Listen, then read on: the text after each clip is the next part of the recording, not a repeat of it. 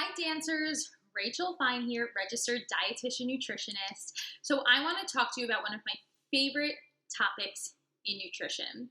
It's something that I love so much that I decided to go back and get my certification in it, and it's called intuitive eating. So if you've been following me for the past couple years, you've definitely heard me say something along the lines of food freedom. I work with clients to help them feel food freedom. This means that they have a non-diet lifestyle, that they can make food choices based on what they truly love, what they truly desire, what they're craving, and also what makes them feel good, what makes them feel nourished, and perhaps what makes them feel energized in their performance. But food freedom stems from another approach. It stems from intuitive eating. But I hear a lot of misconceptions about this process, and sometimes I even notice a bit of fear around the process of intuitive eating.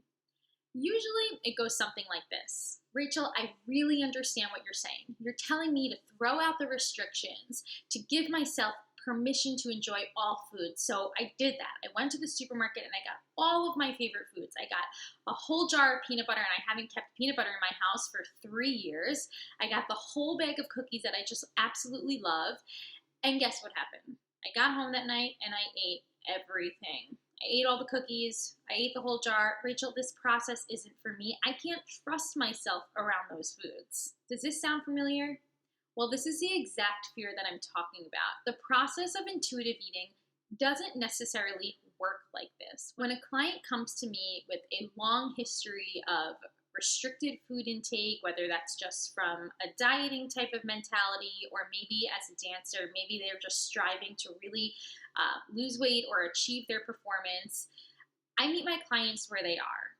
Unlocking the food restrictions isn't something that happens overnight.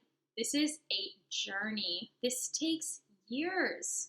For some people, maybe less. For some people, maybe more. But the process of intuitive eating can work for everyone if you just give it a chance, and most importantly, you give it time. But let me just back up a little bit, because I want to give you 3 tips to consider if you are interested in finally saying no to that restrictive mindset around food, and perhaps ready to try something new. Number 1, what is intuitive eating? Well, it's an approach that was created by 2 dietitians back in 1995, Evelyn Triboulet and Elise Resch.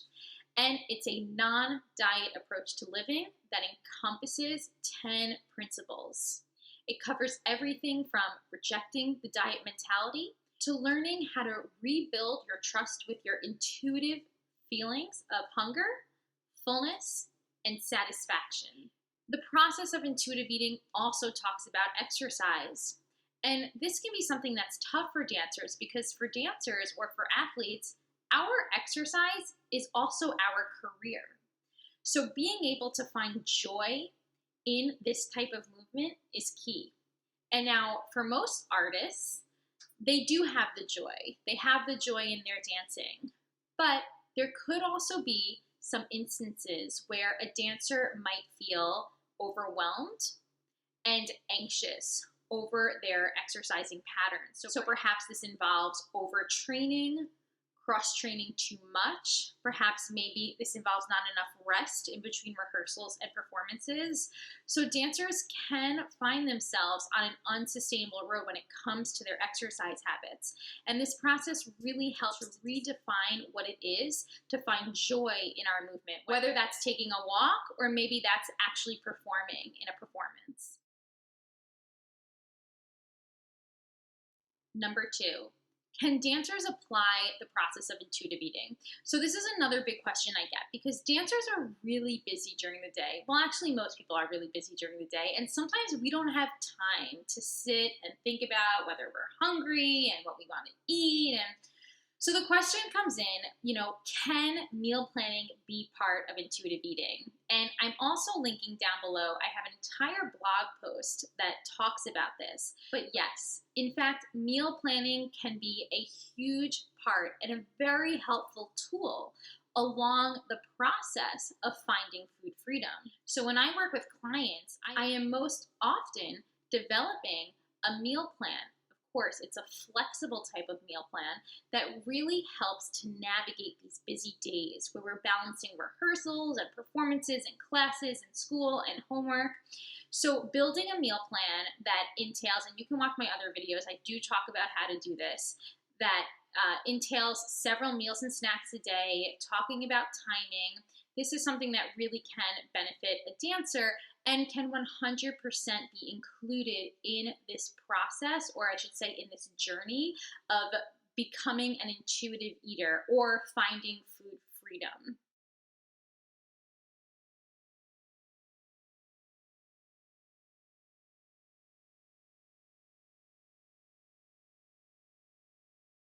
Number 3, how can I get started? Well, reach out.